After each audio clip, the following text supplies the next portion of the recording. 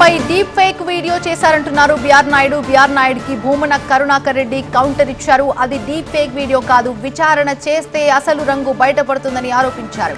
TTD chairman పదవికి BR Naidu రాజీనామా చేయాలని భూమన కరుణాకర్ రెడ్డి డిమాండ్ చేశారు.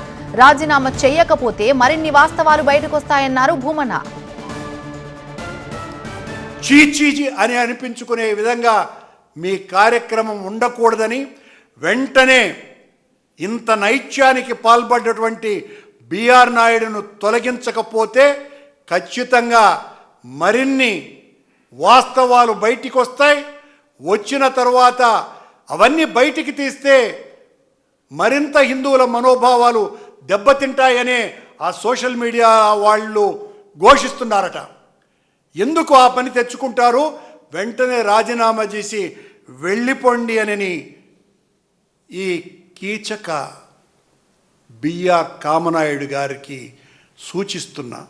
మీ మీద అనేక మంది మహిళలతో మీరు ఇలాగే వ్యవహరిస్తున్నారని మీ మీద చాలా కంప్లైంట్లు ఉన్నాయి.